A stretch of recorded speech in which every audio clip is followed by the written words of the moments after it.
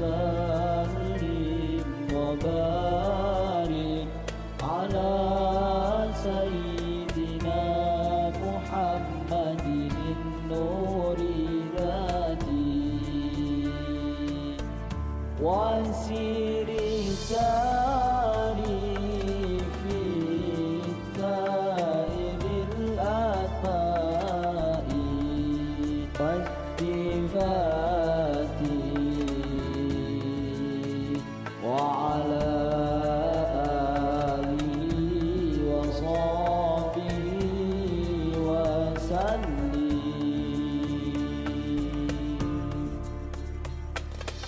اللهم صل وسلم وبارك على سيدنا محمد النور ذاتي. اللهم صل وسلم وبارك على سيدنا محمد النور ذاتي وسير ساري في التائب الأتباع والصفات وعلى آله وصحبه وسلم.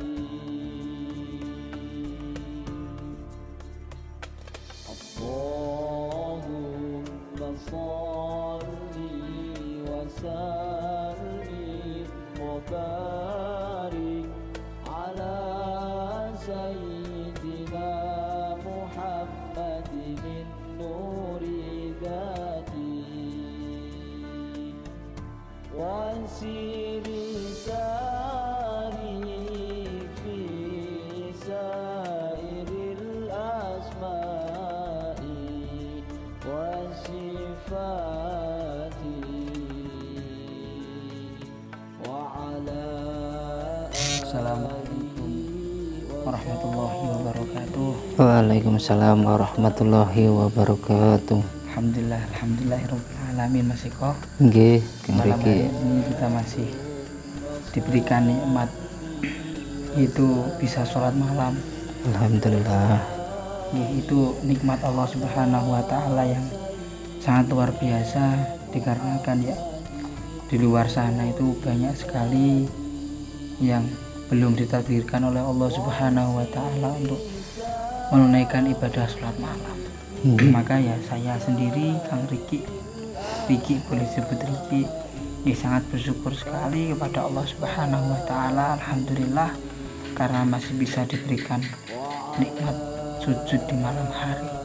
Ini termasuk nikmat yang sangat luar biasa. Maka kita sebagai santri, apalagi santri Pondok Pesantren Nuswantoro harus bangga mempunyai keistiqomahan.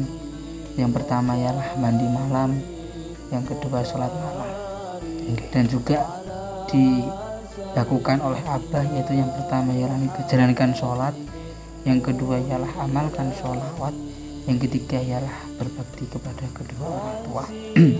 Alhamdulillah Mas Eko. Mungkin panjenengan bisa menyapa-nyapa saudara kita dimanapun mereka berada. Monggo Mas Eko. Assalamualaikum warahmatullahi wabarakatuh. Waalaikumsalam. Pada kesempatan malam ini saya rutinitas seperti biasa, mandi malam terus sholat malam ya Kang. Seperti apa yang diamanahkan apa, ditambah selain sholat wajib 5 waktu juga sholat sunnah malam harus dikerjakan.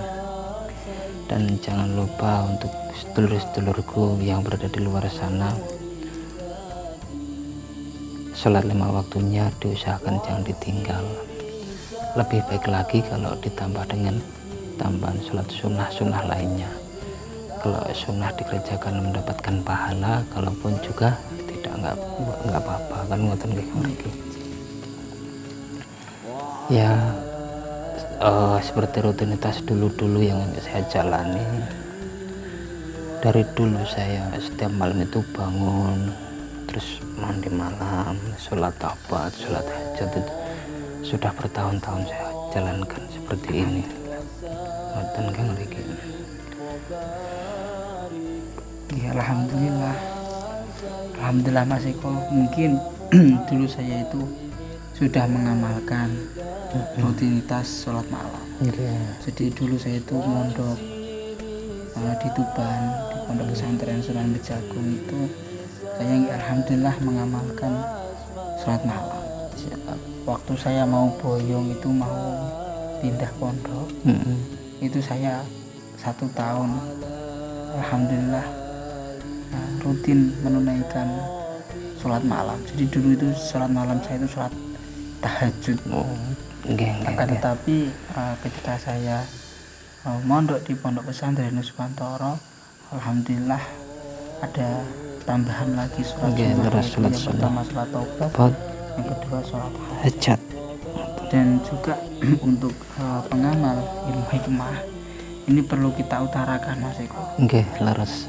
Jadi untuk semuanya panjenengan saudaraku dimanapun panjenengan berada, sebagai pengamal ilmu hikmah, panjenengan harus mengamalkan amalan yang kita lakukan. Karena apalagi nggih panjenengan iku santri pondok pesantren Nuswantoro. Jadi beliau kita, guru kita itu wajib mengamalkan yang pertama sholat malam, mandi malam dahulu, diniatkan mandi taubat, dan juga ditambahi dengan niat bismillahi banyu qadratullah nur Muhammad nur Allah. Kemudian panjenengan melakukan rutinitas sholat malam, yaitu yang pertama sholat taubat 2 rakaat, terus sholat hajat 4 rakaat. Jadi alhamdulillah Mas Eko, mungkin lagu dari Tombok Ati itu pancen nggarai Tombok Ati, atine awak dhewe ayem tenani bener. Yang antara lain nggih salat wengi lakonono. Terus yang kaping pindho ya kuwi zikir wengi ingkang suwe. Itu betul. Ketika panjenengan sudah melakukan, sudah mengalami dan juga merasakan, pasti panjenengan akan merasakan ketenangan dalam hati. Mungkin saya bisa berkata seperti ini, bisa berbicara seperti ini ya karena saya melakukan. Kalau saya nggak melakukan ya pasti saya tidak tahu apa yang dirasakan. Dulu saya juga bangga dan berterima kasih kepada Mas Eko, guru kula, sahabat kula. Karena apa saya sebut guru? Dikarenakan dulu itu Mas Eko yang membimbing saya dari mengajak sholat malam, meditasi. Dulu itu saya nggak tahu tujuannya meditasi itu apa Mas Eko. Jujur saya itu kita latihan gerak rasa, gerak hadiran, saya nggak tahu. Akan tetapi udah tahun demi tahun, bulan demi bulan, hari demi hari, waktu demi waktu, alhamdulillah saya paham. Maka benar Mas Eko apa yang dikatakan oleh Abah. Jadi ketika kita mengamalkan suatu amalan, jangan sampai berharap. Nanti kalau kita berharap nggak dikasih, akhirnya kecewa. Terus seperti itu. Nah ini Mas Eko akan saya tanyakan kepada panjenengan. Pengalaman yang panjenengan alami kemarin ketika berhadapan dengan dukun lah. Dikatakan dukun itu gimana Mas Eko? Ya kemarin kan saya itu mendapatkan informasi dari salah satu tamu yang menyampaikan bahwasanya di suatu tempat ada praktik dukun. Di situ namanya tersohor juga, terdengar di seluruh Nusantara. Dukun tersebut Sakti Mandraguna. Apa yang pernah disampaikan apa? Jangan berhenti untuk melakukan kebaikan. Hal apapun lakukanlah, niatkan dari dalam hati nurani panjenengan, pasti munculnya yang baik juga. seperti itu yang saya jalani saat ini. Abah mengamanahkan berantas kabeh dukun santet kuwi. Ya saya lakukan semampu saya dan sebisa saya. Kalau yang dirasakan kemarin pas waktu pertama kali, jujur nggih, saya pertama kali ketemu sama beliau itu ada rasa nggak nyaman juga sebenarnya, antara maju atau mundur. Tapi di situ saya mengingat pesan Abah kan juga orang tua kita nggih, harus kita jalankan. Kalau keberhasilan atau tidaknya itu saya pasrahkan pada Allah Subhanahu wa taala. Ya saya terus sampai saya datangi ke rumahnya. Pertama kali saya datang itu beliau saya ajak ngobrol baik-baik. Selang beberapa menit nada bicara beliau itu agak tinggi. Ya saya mengimbangi beliau juga, marah-marah, terus bentak-bentak saya. Beliau mengatakan mau mengadu ilmu. Ya saya sampaikan kalau saya tidak punya ilmu apapun. Yang saya punya adalah keikhlasan beserta mengamalkan sholawat. Itu Kang Riki. Setelah itu di tempat itu debat.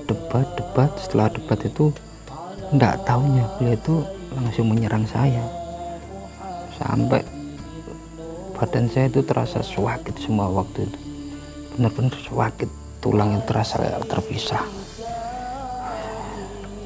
Ya sabar, ya apapun yang terjadi sesuai dengan amanah. Insya Allah setelah ini nanti lebih lagi akan saya riadoh, saya lakukan yang terbaik. Apapun yang disampaikan apa amanahnya akan saya jaga. Wonten Kang Riki. Alhamdulillah. Dan tadi kita sudah melaksanakan mandi malam Mas Eko. Tadi nggak tahu kenapa hati saya itu ingin mengambil pohon pule, dan juga beliau Abah kita itu pernah dahulu bahwasannya pohon pule itu mempunyai filosofi biar pulih kembali. Biar pulih. Nah itu setelah dimandikan dengan daun pule, Mas Eko itu merasakan apa Mas? Alhamdulillah setelah dimandikan daun pule itu terasa badan itu ringan, seperti tulang yang sebelumnya itu kayak terpisah-pisah semua, seluruh badan. Setelah dimandikan itu terasa kayak menyatu gitu Bang. Tenaga saya kembali pulih, terus badan itu terasa enteng, ringan, enak. Seperti itu yang saya rasakan setelah dimandikan tadi Kang Riki. Dan juga kita kan mempunyai amalan atau istiqomah kita ialah menunaikan sholat. Dan juga tadi kan kita udah melakukan sholat, jadi tahap-tahap dari mulai Pak Seko memberantas dukun santet, terus terkena santet, terus habis itu ya kena serangan lah. Kena serangan. Habis itu Mas Eko mandi malam, terus sholat malam lah. Ini titik yang terakhir ialah sholat malam. Apa panjenengan yang panjenengan rasakan ketika selesai sholat malam itu Mas Eko? Di situ lebih terutama ke fisik dahulu, ke badan dulu tuh enak. Yang kedua ke batinnya itu lebih tenang, tenang, santai gitu. Enggak, badan pun juga ini terasa ringan sekarang, beda dari yang tadi sebelum mandi tadi, beda sekali, jauh perbedaannya. Wonten Kang Riki. Mas Eko mungkin habis ini Mas Eko minum madu dulu dalam minum madu, karena habis sholat gitu, ntar langsung minum. Iya boleh. Di ruangan Abah itu kan ada madu, nggak apa-apa diminum. Mas Eko. Siap. Untuk saudaraku dimanapun panjenengan berada, doakan kami semoga kita diberikan kesehatan oleh Allah, amin, diberikan perlindungan oleh Allah, amin, diberikan pertolongan oleh Allah, amin, diberi kekuatan oleh Allah, amin. Semoga kita bisa lebih sabar, lebih ikhlas, amin. Karena doa panjenengan sangatlah penting sekali, apalagi panjenengan istiqomah baca sholawat sebanyak 1000 kali setiap hari. Maka insya Allah insya Allah hidup panjenengan akan lebih tentram, akan lebih, bahasa Indonesia itu hidup sehat. Jadi hidup sehat itu enggak kok makan 5 sempurna aja, tapi antara lain biar hidup sehat kita itu ialah antara lain yang pertama sholat kita harus dijaga, yang kedua ialah istiqomah sholawat, yang ketiga ialah berbakti kepada kedua orang tua. Nah itu tanpa kita sadari dan bisa kita rasakan. Nggak kelihatan tapi terasa, yaitu kalau yang belum menjalankan ya nggak bisa merasakan hal itu. Mungkin ada kata-kata terakhir Mas Eko untuk saudara kita, monggo Mas Eko. Untuk saudara-saudaraku yang di luaran sana, ayo kita amalkan sholawat sebanyak-banyaknya, minimal 1000 kali. Yang kedua, untuk sholat 5 waktunya lebih ditempatkan lagi waktu, pas waktu menjelang sholat segera berangkat, atau yang dekat masjid silahkan, yang dekat mushola pun segera berangkat. Yang kedua, yang ketiga, berbaktilah kepada kedua orang tua panjenengan, karena kalau orang Jawa bilang Gusti Allah sing katon iku wong tuamu, seperti itu pepatah orang Jawa mengatakan.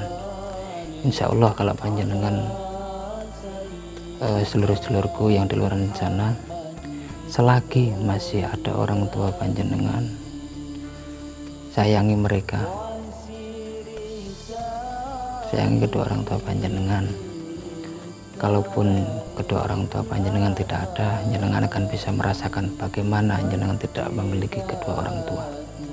3 hal itu yang saya pesankan pada panjenengan, dan lakukan hal apapun itu keluar dari hati nurani panjenengan. Insya Allah hasilnya pun akan baik. Lakukan hal yang baik melalui hati nurani panjenengan, akan sesuai dengan tingkah laku panjenengan kang mriki. Itu pesan yang saya sampaikan untuk saudara-saudaraku yang berada di luar sana. Terima kasih Mas Eko telah memberikan pelajaran. Semoga tontonan ini menjadi tuntunan. Amin, bagi amin, saudara amin. dimanapun kita berada. Semoga kita bisa menikmati apa yang diberikan oleh Allah Subhanahu wa Ta'ala. Amin, amin. Ketika kita menikmati apa yang diberikan oleh Allah Subhanahu wa Ta'ala, bisa dengan cara kita itu membaca bismillah. Karena ketika kita membaca bismillah, tanpa kita sadari bahwasanya kita itu ridho apa yang diberikan oleh Allah Subhanahu wa Ta'ala.